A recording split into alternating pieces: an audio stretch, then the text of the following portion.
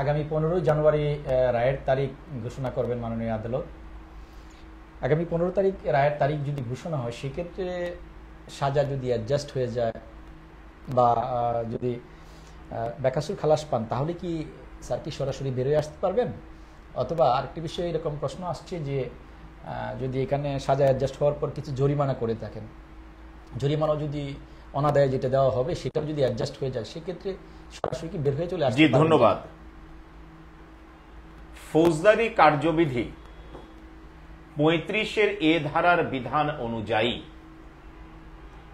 কোন ব্যক্তিকে যখন কোনো আদালত দণ্ডাদেশ দেন এবং সেই দণ্ডাদেশ দেওয়ার সময় দণ্ডিত ব্যক্তি যদি কাস্টডিতে থাকেন এবং সেই মেয়াদ যদি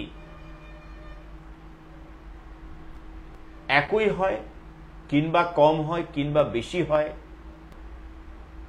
সেটি অবশ্যই এই দণ্ডের সাথে সেটি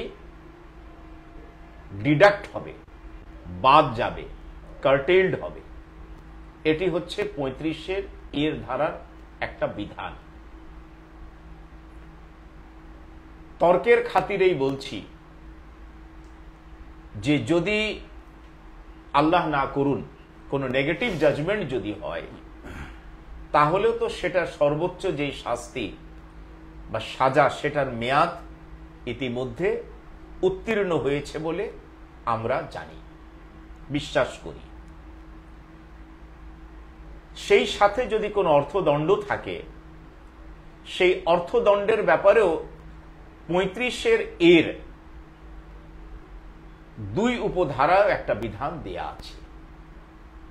সুতরাং আমি বিশ্বাস করি যে কারা কর্তৃক বিজ্ঞ বিচারিক আদালতের এই 35-এর এ ধারার যথাযথভাবে যদি অনুসরণ করা হয় এবং সেই দিক নির্দেশনা রায়ের গর্ভে যদি থাকে, নির্দেশে যদি থাকে, আর জনাব মোহাম্মদ রফিকুল আমিনের যদি অন্য কোনো মামলা পেন্ডিং না থাকে,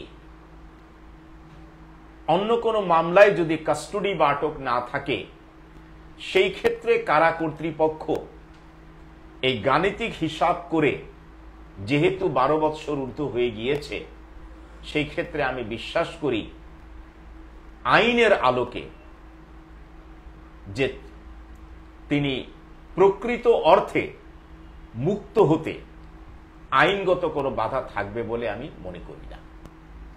ধন্যবাদ স্যার। আমরা স্যার এর পরবর্তী একটি বিষয় আপনার কাছে আসবো।